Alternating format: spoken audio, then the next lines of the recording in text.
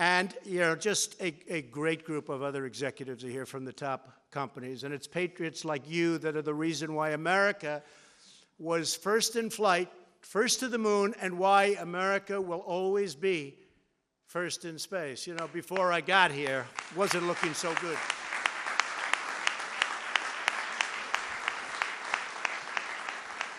Before we came in, I will tell you, they didn't have such big plans for space. Now they have plans, and it's great, not only in terms of jobs and everything else, it's great for the psyche of our country.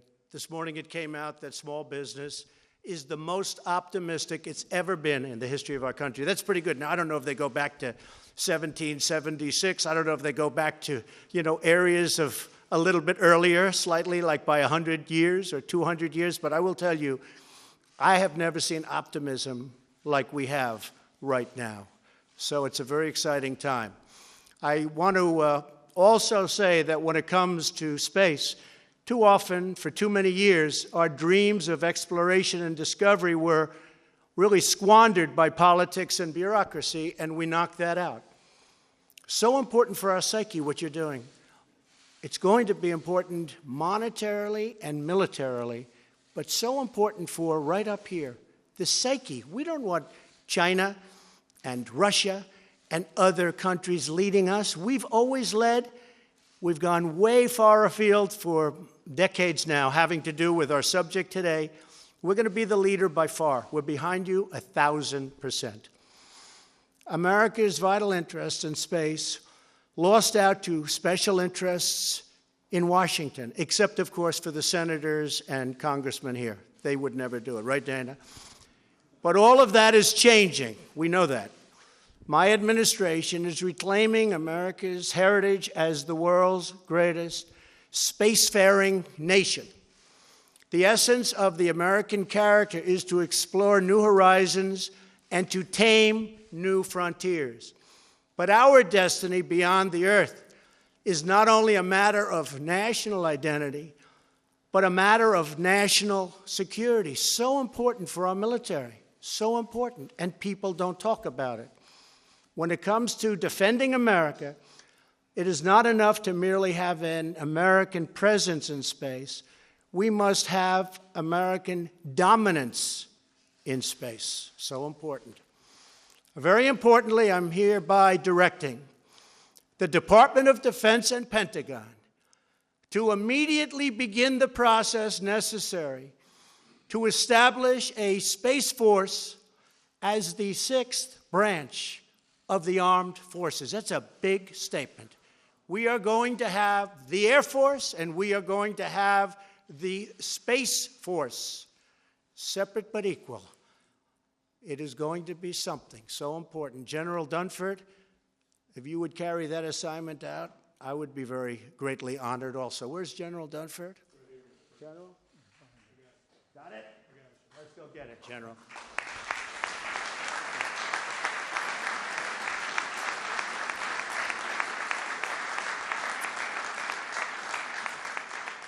But that's the importance that we give it. We're going to have the Space Force. 1 year ago, I revived the National Space Council and put exactly the right man in charge, and that's our friend, Mike Pence. Feels very strongly about this. And in December, I signed a historic directive that will return Americans to the moon for the first time since 1972, if you can believe that.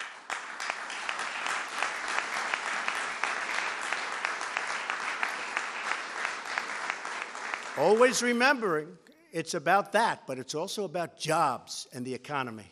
This is a great thing we're doing. This time we will do more than plant our flag and leave our footprints.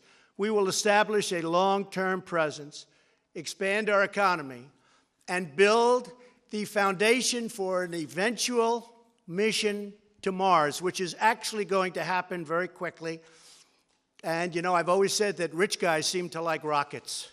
So all of those rich guys that are dying for our real estate to launch their rockets, we won't charge you too much. Just go ahead. If you beat us to Mars, we'll be very happy, and you'll be even more famous. But they do explain that. Where's Eric? They do like rockets for some reason, huh? They like those rockets. But you know what? If as long as it's an American rich person, that's good, okay? They can beat us. We'll save a little money and they can beat us, and we're taking full credit for it. Don't worry about it. But we'll be setting aggressive timelines, challenging old ways of doing business, and we will be expecting real results. And we are making our incredible facilities, okay, available to these people that have been doing so incredibly by themselves on rocketry. So you're invited. The rent won't be high. I am instructing my administration to embrace the budding commercial space industry. We are modernizing out-of-date space regulations. They're way out of date. They haven't been changed in many, many years. And today we're taking one more step to unleash the power of American ingenuity. In a few moments, I will sign a new directive to federal departments and agencies. They will work together with American industry to implement a state-of-the-art framework for space traffic management. But don't let it get too out of control, please. We know about what's going on with a lot of other rules and regulations. By the way, we've set the all-time record in history of this country in cutting regulation. So when I hear about that, I get a little bit tenuous. Be careful. Don't get too carried away.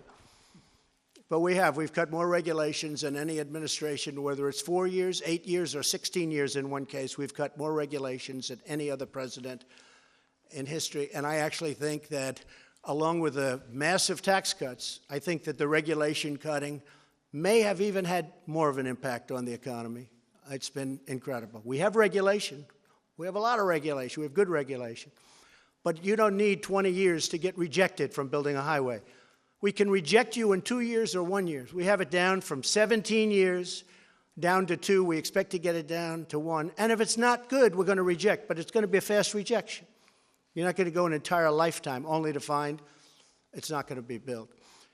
2 previous administrations tried and failed to develop a system to deal with congested conditions in orbit. We are finally going to get it done. It's going to happen fast. 1 year from now, our nation will mark an important milestone in human history.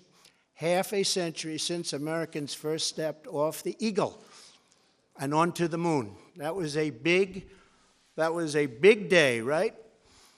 In that magnificent moment, the American astronaut embodied the incredible spirit of America, the confidence of a cowboy, the skill of a fighter pilot, the ambition of a scientist, and the courage of a true, brilliant, tough warrior.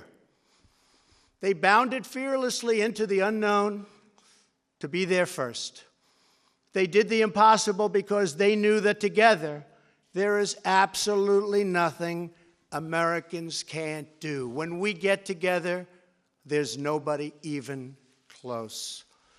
Now we are ready to begin the next great chapter of American space exploration. This is a very important day. This is a very important gathering. A new generation of young people seeks to challenge, really challenge hard, to get their talent and their skill to work. And now we're giving them a forum and a platform from which they can put that genius to work.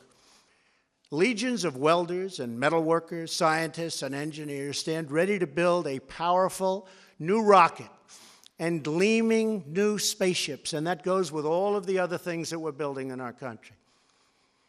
Our nation of pioneers still yearns to conquer the unknown because we are Americans and the future belongs totally to us. Once more, we will launch intrepid souls blazing through the sky and soaring into the heavens. Once more, we will summon the American spirit to tame the next great American frontier. And once more, we will proudly lead humanity. And that's what it is. It's humanity beyond the earth and into those forbidden skies, but they will not be forbidden for long. You're very important people. You have a great great contribution. What you're doing has been incredible, but it will be even more incredible, far more incredible, because we are giving you a platform the likes of which nobody has ever been given before. I am a big believer.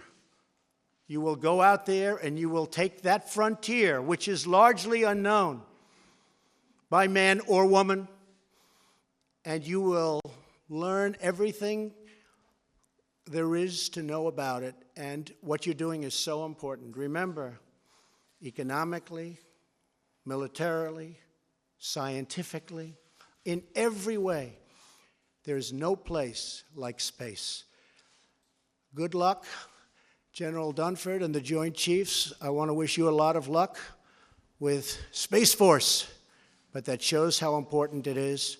Congratulations on your tremendous success, but you're going to have far more success right now. Thank you very much. Thank you. Thank you. Thank you, Mark.